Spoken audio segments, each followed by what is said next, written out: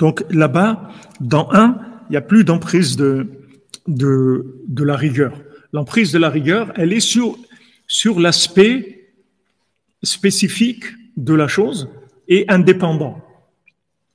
L'aspect spécifique, il doit y être, le feu, il doit être du feu. Il ne peut pas être autre chose que du feu. Mais il doit être béchalom avec l'eau, l'air et la terre. Et à ce moment-là, il est echad. À ce moment-là, il est à l'image de Dieu. Mais sinon, il détruit. Il commence à être le contraire de ce pourquoi il a été créé. Donc ça, c'est la même chose. Vous voyez, il faut s'habituer à supporter, à se soumettre. Parce que quand vous vous soumettez, ne croyez pas que vous perdez. Vous êtes gagnant. C'est là où vous allez gagner le plus. Parce que vous allez exister dans la possibilité de faire exister le contraire. Maintenant, si quelqu'un il est contrairement opposé à vous, ça veut dire s'il est parti dans un côté complètement opposé, le fait que vous allez le supporter, vous allez le ramener dans l'équilibre. Et après, toute son existence, elle tient sur vous, puisque vous êtes sa fondation, ses fondations à lui. Si vous n'avez pas, il n'existerait pas du tout. Bon, ça c'est une grandeur d'esprit, il faut comprendre ça, il faut le vivre, il faut être en rapport avec Hachem et savoir combien Hachem il m'a supporté, combien il m'a supporté depuis que je suis né, combien de bêtises j'ai faites, il aurait pu me tuer 1000 fois déjà, 10 000 fois déjà, qu'est-ce que je lui amène, qu'est-ce que je lui ai amené. Comme il disait en espagnol, ma grand-mère Léa Shalom, en Haketi, en espagnol, des gens du Maroc espagnol. Caharas y postemas, des paquets, des problèmes et des trucs. Qu'est-ce que tu as amené dans le monde? Qu'est-ce que tu as amené dans le monde? Tu as amené quelque chose? Qu'est-ce que tu as amené? Tu as amené au monde? Qu'est-ce que tu as amené? Tu as amené la Torah? Tu as amené quoi dans le monde? Qu'est-ce que tu as amené dans le monde? Les gens, ils veulent exister. Il faut que tu aies droit à quelque chose. Ah, tu es d'accord que tu n'as pas droit à grand-chose? Ok, soumets-toi, fais exister le monde. Au moins, fais exister le monde. Comme il dit Rabbi Nathan, si Mashiach il doit venir, moi, au moins, je ne l'empêche pas. C'est pas moi qui l'empêche.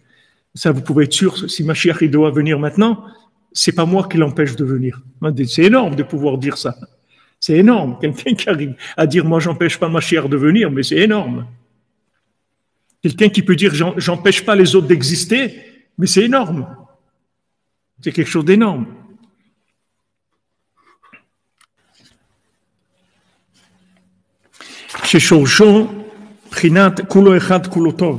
Parce que maintenant, la racine de ce point-là, central, pourquoi il n'a aucune forme?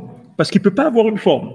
S'il a une forme, tout de suite, il va être orienté vers une spécificité dans son apparence qui va l'orienter vers un astre plus qu'un autre. Il va avoir une force d'attraction sur un astre ou une influence. Il faut qu'il soit complètement invisible. Il est echad. C'est-à-dire que ces 12 astres-là, ils ont le même rapport avec lui.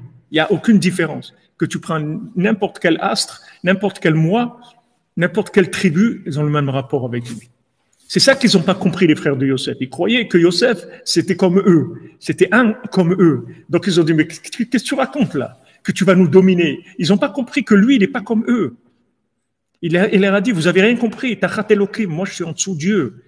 Vous voyez Dieu, juste en dessous, je suis moi en dessous de Dieu. Donc, qu'est-ce que vous avez rien compris? Comme il a dit Rav Nachman Rodinke, qu'il a dit à sa sœur, quand Rav Nachman Rodinke, une fois, il allume la pipe du Baal Shem Tov, alors il se couche par terre devant le Baal Shem Tov, et il lui allume sa pipe. Et sa sœur, elle a vu ça, elle a éclaté, elle a dit, ok, c'est ton Rav et tout, mais comme on dit, mollo, où tu vas là? Elle a dit, tu le connais pas, le Baal Shem Tov. Si tu connaissais le Baal Shem Tov, tu croirais que c'est Dieu. Mais comme moi, j'ai plus de récipients que toi, je sais que c'est le tzaddik Yesod Olam, c'est pas Dieu. Mais toi, si tu le connaissais comme moi, je le connais, toi, tu serais sûr que c'est Dieu, le Baal Shem Tov. Vous comprenez? C'est-à-dire que maintenant, les frères de Yosef, ils ont vu Yosef comme eux. Mais c'est pas un comme eux. Il n'a rien à voir. Rien à voir. Il vient, il leur raconte des rêves. Alors eux, ils se voient, eux, quand ils racontent des rêves. S'ils avaient, comme des gens qui disent, ouais, tu prends tes rêves pour des réalités, et trucs. Mais attention, tu sais pas avec qui tu parles. Tu sais pas qui c'est cette personne-là. Toi, tu crois que quand il raconte un rêve, il se prend ses rêves pour des réalités, c'est comme si toi, tu disais ça. Effectivement, si toi, tu disais ça, ça marche, c'est pas bon. Mais lui, tu sais pas qui c'est. Tu sais pas qui c'est quand il parle. Donc, respecte l'autre, parce que tu sais pas qui c'est. Tu sais pas la forme dans laquelle il se présente, tu ne sais pas qui c'est. Donc, laisse la place, laisse de la place. Ne pousse pas les gens dehors.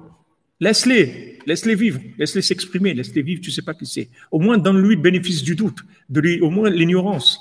Même si tu vois pas très haut, mais au moins l'ignorance, au moins tu dis, je sais pas. C'est tout, je préfère pas intervenir, je sais pas. S'ils avaient dit ça, comme il a dit Yaakov, Aviv Shamar Tadavar, qu'est-ce qu'il a fait Yaakov? Il a dit, je comprends rien, mais mettons ça de côté pour l'instant, on verra bien, c'est tout. Mais il n'a pas été contre. Il n'était pas pour, mais il n'était pas contre.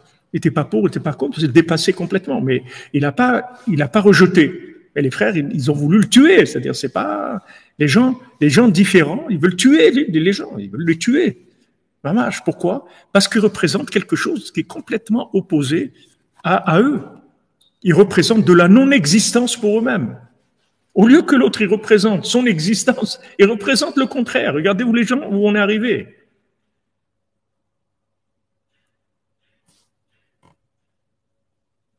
Mais vis, exprime-toi, vis. Allez, vas-y. Vis, je te laisse la place pour vivre. Vis, exprime-toi. Et les gens ils croient que s'ils laissent l'autre vivre, ils ont perdu leur vie, ils n'ont rien compris. Ils n'ont pas compris que quand tu laisses l'autre vivre, tu vas exister, tu vas vivre plus que si tu vivais seul. Ils comprennent pas ça, les gens. Comme le Rav Yitzhak Abravanel, quand il dit au roi, ce que j'ai donné à Tzedaka, c'est à moi, tu pourras jamais me l'enlever, parce que je l'ai éternisé. C'est parti dans l'éternité, c'est fini. Vas-y, accroche-toi au plafond, fais ce que tu veux. Accroche-toi aux étoiles. Tu pourras jamais me l'enlever. Je l'ai donné. Je l'ai éternisé. C'est fini. Tu vois, ce bien-là, je l'ai donné. Ça y est, il est parti dans l'autre monde. Vas-y maintenant, on va t'accrocher. C'est fini. Je l'ai donné. C'est extraordinaire. Non, les gens, ils croient. Prends. Mais il ne sait pas que quand il prend, il perd. Il ne sait pas qu'il est perdant. Ils ne savent pas ça, les gens. Il est le monde à l'envers. Les gens, si tu veux vivre éternellement, donne ta vie pour les autres. Tu vas t'éterniser. Parce qu'au lieu d'avoir une vie tout seul, d'une personne seule, tu vas avoir une multivie, des milliers de vies, tu vas avoir. Tu vas vivre dans celui-là et l'autre, et l'autre, et l'autre, et l'autre, et l'autre. Tu vas avoir une vie énorme, énorme, énorme. Et les gens, ils fonctionnent tout à l'envers. Tout à l'envers. Donc ce centre-là, des 12 astres, tu ne le vois pas. Pourtant, c'est lui qui les tient tous. Tous ces astres, ils tournent autour de lui, et lui, tu ne le vois pas. Même si les gens, ils abusent de vous, même si les gens, ils abusent de vous, ils vous sentent gentils, ils vous sentent bons, ils vont abuser de vous, même là, vous sortirez gagnant. Parce que on peut pas abuser du bien. On peut pas abuser du bien. Vous voyez, Aouman, il donnait un exemple comme ça. Il disait, il y avait un roi, il avait un ministre qui a fait des choses qui n'étaient pas en accord avec le roi. Il a fait des choses contre le roi. Qu'est-ce qu'il a fait le roi? Il a monté de grade. Il lui a donné plus de pouvoir que ce qu'il avait avant. Il lui a donné plus. Jusqu'à qu'il arrive à un moment où il s'est dit, avec tout ce qu'il me donne, j'ai fait ça. Pas possible, pas faire des choses comme ça. Voilà, il l'a amené, il a fait tchouva. Comment il a fait tchouva? Il lui a donné. Il aurait dit, ah, tu as fait ça, un truc et tout. Ça y est, il aurait séparé de lui. Il serait parti, l'autre. Il n'y aurait pas de réparation. C'est ce que Rabbi Nathan, il s'est battu toute sa vie pour pas se mettre en opposition avec ses opposants. Il gérait comment se protéger d'eux sans les attaquer. Comment se protéger lui? Parce qu'il l'attaquait, il voulait le tuer. Comment il va se faire pour se protéger? Qu'ils n'arrivent pas à le tuer sans les attaquer. Maintenant, il avait ses élèves, les aristocrates d'Ouman, des élèves de Rabbeinu, qui lui ont dit, écoutez, Rabbi Nathan, laissez-nous, on les sort du pays, c'est tout. Comme ça, ils vous embêtent plus. On leur fait rien de mal, juste on les Non, il a dit Rabbi Nathan, non, je veux pas. Je ferai rien contre eux. Jamais. Et une affirmation d'Hachem. Hachem, il dit, moi, je suis toujours avec celui qui est persécuté. Peu importe s'il est persécuté pour le vrai ou pour le faux, ça n'a aucune importance. Dès qu'une personne, elle est persécutée, je suis avec elle. Je me mets avec elle, c'est tout. Dès qu'il y a un perdant, Hachem, il est avec lui. Un gagnant, on va voir. On va vérifier. Qu'est-ce qu'il a gagné, pourquoi, comment. Un perdant, je suis avec lui tout de suite. Quelqu'un de persécuté, je suis toujours avec lui. On fait pleurer quelqu'un, cette personne qui pleure, Dieu il est avec elle tout de suite. Peu importe pourquoi on les fait pleurer. On fait pleurer parce qu'il a fait une bêtise, il pleure, Dieu il est avec lui. Donc il ne croyez pas que ce monde il marche comme votre tête. C'est pas comme votre tête, il faut apprendre. Heureusement. Ah ouais, heureusement.